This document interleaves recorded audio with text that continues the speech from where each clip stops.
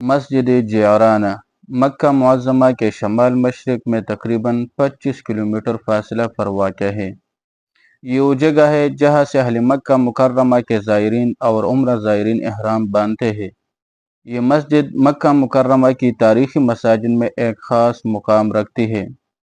سال بھر زائرین یہاں آتے ہیں، عبادات اور نوافل کرتے ہیں اور احرام باندھ کر مکہ مکرمہ کی طرف جاتے ہیں۔ یہ جگہ ان مقدس اور بابرکت مقامات میں سے ہے جن کو رسول اللہ صلی اللہ علیہ وسلم کے قدم مبارک نے شرف بخشا ہے۔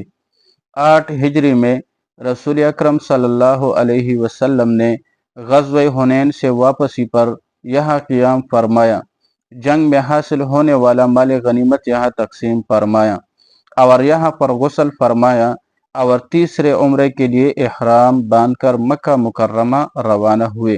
رسول اللہ صلی اللہ علیہ وسلم نے ہجرت کے بعد 4 عمرے ادا کیے۔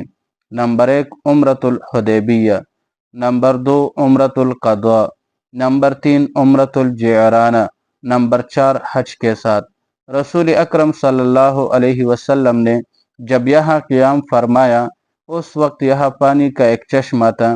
آپ صلی اللہ علیہ وسلم نے غسل فرمایا اور پھر 200 ہجری میں یہاں پہلی مرتبہ مسجد تعمیر کی گئی اور پھر 1000 سال بعد یعنی 1200 ہجری میں اس کی نئی تعمیر کی گئی اور جدید خوبصورت ڈیزائن میں تعمیر کی گئی۔